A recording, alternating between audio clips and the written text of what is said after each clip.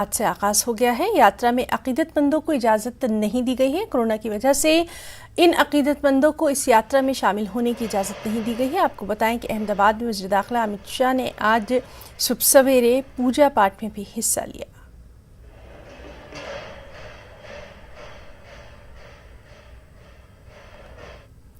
मंदसौर से बीजेपी के रुकने पार्लियामेंट सुधीर गुप्ता को आमिर खान पर मुतनाज़ा बयान देने के बाद दिल्ली तलब कर लिया गया।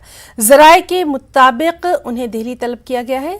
सुधीर ने आबादी कंट्रोल के कानून की हिमायत करते हुए आमिर खान पर मुतनाज़ बयान दे डाला था। उन्होंने कहा कि आमिर खान ने 2 शादियां की, अब तीसरी की तलाश में है। ऐसे ही अपराध की वजह से आबादी का तवाजुन बिगड़ रहा है। साथ ही उन्होंने आमिर खान को अंडे बेचने वाला भी करार दिया।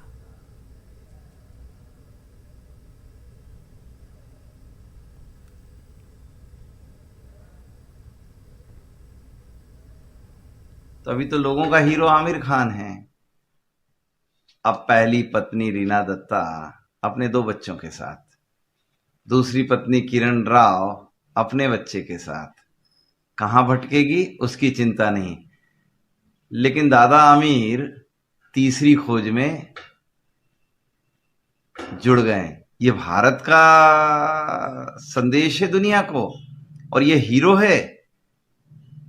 ये जो दुनिया कहती थी कि ये अंडा बेचने के अलावा ज्यादा कुछ अकल है नहीं, इतना ही करे तो ज्यादा ठीक है।